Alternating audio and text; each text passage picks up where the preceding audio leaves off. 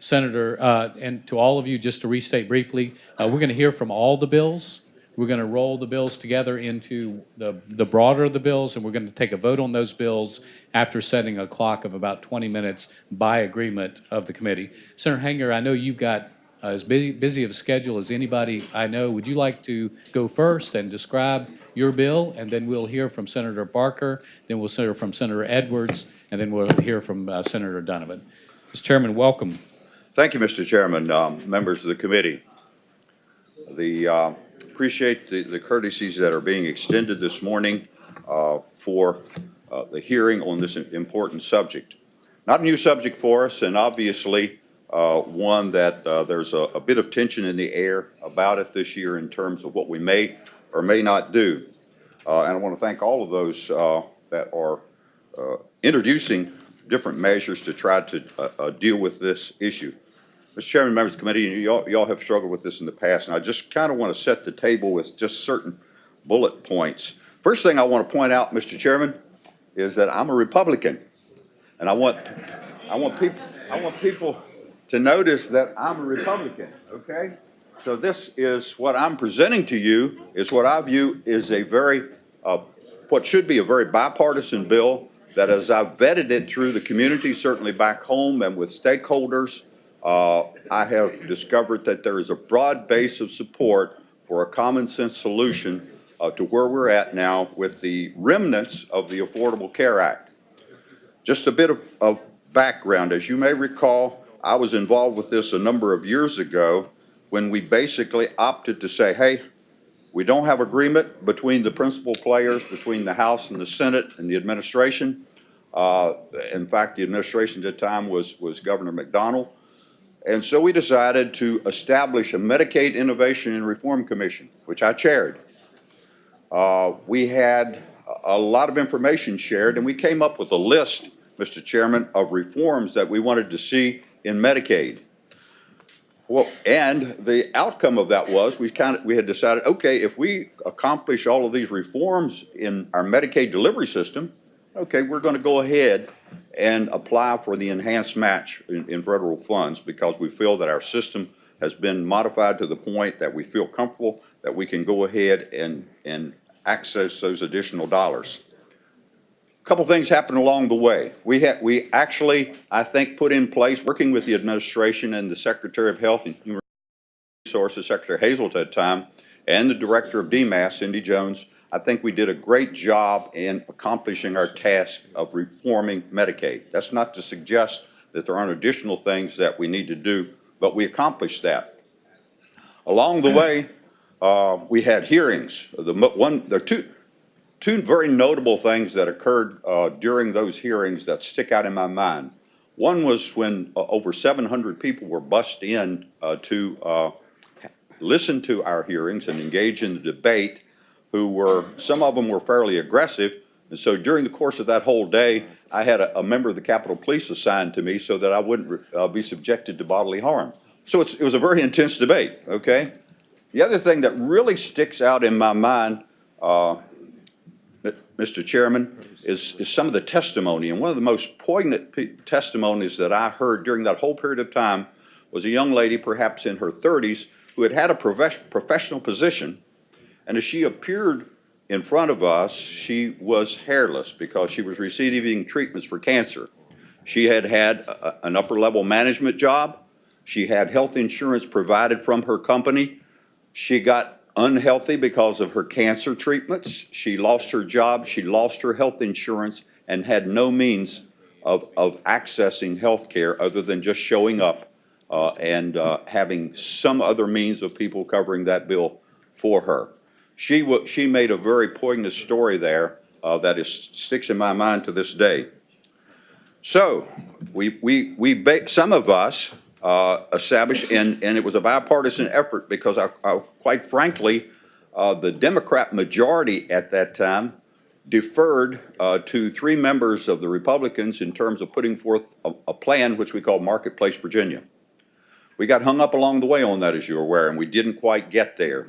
Over the last several years, it appears that there just was not a consensus to move forward, so I basically let it drop. But here's the advent of the Trump administration.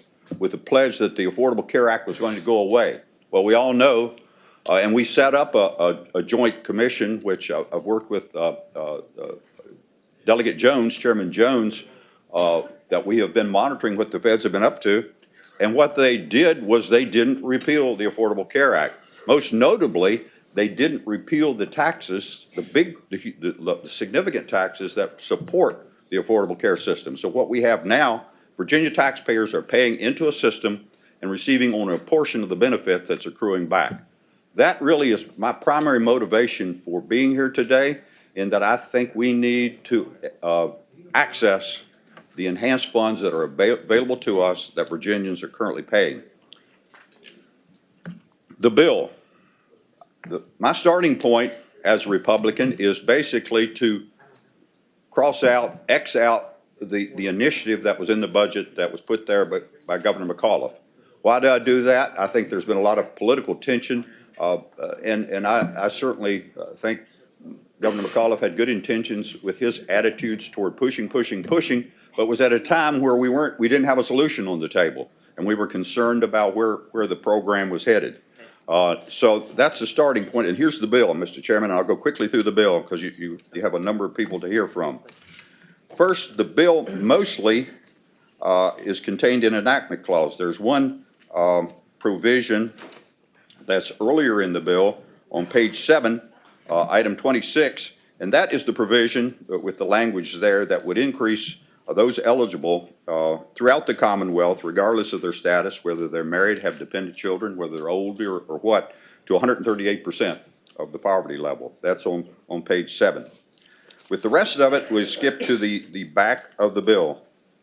And here's basically what has been worked out so far. And Mr. Chairman, I would say, even though you have a bill in front of you today that you're going to be pressured to act on, I hope you can keep a bill alive that can serve as a vehicle for us to work with, particularly as we develop the budget.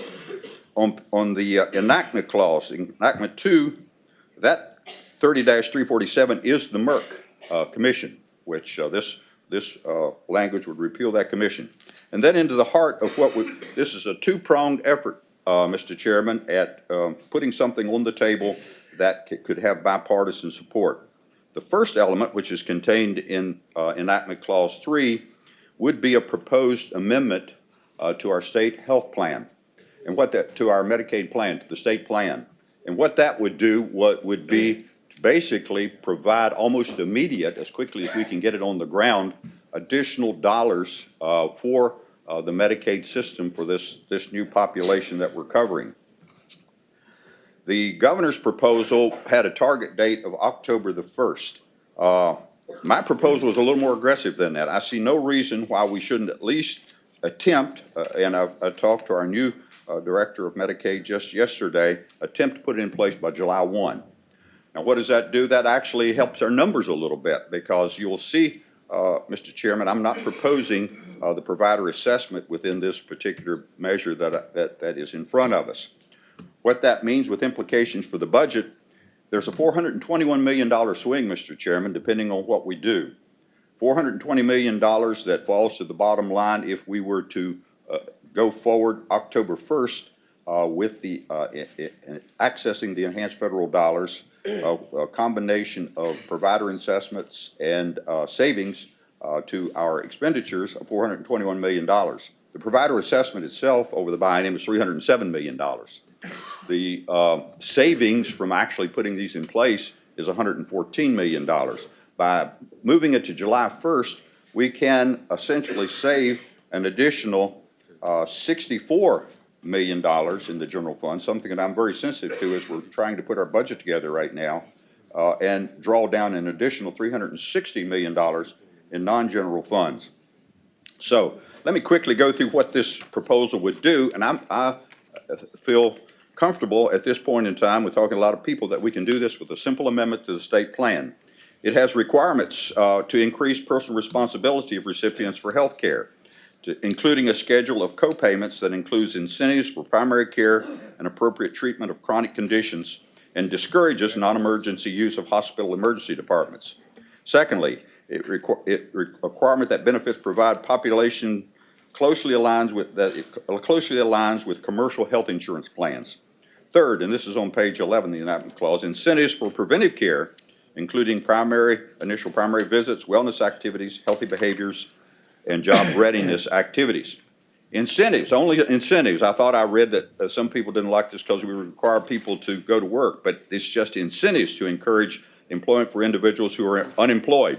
We've got to recognize some of the states that have expanded have found that up to 50% of the people that are not working have mental health issues, substance abuse issues, chronic illnesses that they just can't work.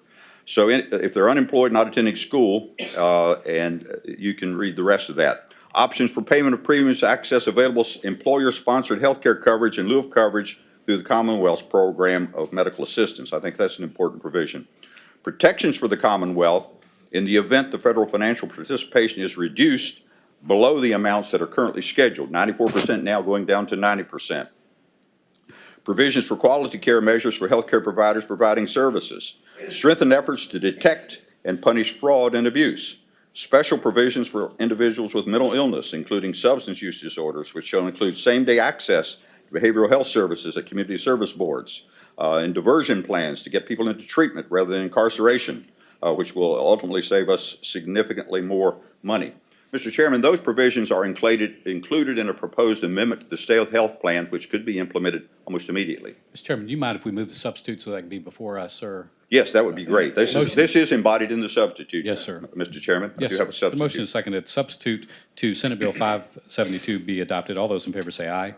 Opposed, no. It's before us. Yes, sir. Go ahead. Thank you, Mr. Chairman, and I'll try to be as brief as I can. The fourth enactment clause in the substitute directs the Secretary of Health and Human Services to convene a work group, and it details in there, and that's something we can work on if you want a different composition there, to work basically on a waiver proposal that would be concurrent. We would access the funds, but then at the same time we would work on a waiver that might include a work requirement for able-bodied adult recipients of medical services, provide for periodic verification of household income for an individual subject to the work requirement, and for redetermination of the individual's eligibility, and impose certain requirements related to cost sharing for recipients of medical assistance services, including premium, co-payments, co-insurance, provide incentives for healthy behaviors, and provide premium subsidies to allow individuals, and this is an important provision, to individuals whose household incomes exceed 100% of the poverty level to perhaps to help them enroll in private insurance in the federal health exchange market. The requirement that would be that this plan be worked on immediately, that the application be made as soon as possible and report back to us by December 1st of this year. A further provision, and this gives us a 2-year window, because quite frankly, Mr. Chairman, those of you who have been monitoring understand that one of the areas that we need to be concerned about is where Congress is seemingly wanting to go with this. They're seemingly want to go with some form of block grant, which in large part is calculated by the current amount of monies that a particular state is receiving through their program. So I'm building into this a 2-year window for us to receive this waiver, and then if the waiver is not received in 2 years, then certain provisions of this then would become obsolete. There's a 2-year window there. Mr. Chairman, that is essentially it, although there are additional features that I think as we work it through the process, we could cause it to happen. I am hopeful that even those of you who have some discomfort with this at this point in time would be willing to at least help me get a vehicle into the Finance Committee that we can continue to work on. I think it's important for us to have a bill to work with in addition to the budget, so more people are involved with the process. Thank you, Mr. Chairman. Okay. Senator, thank you for your presentation. The chairman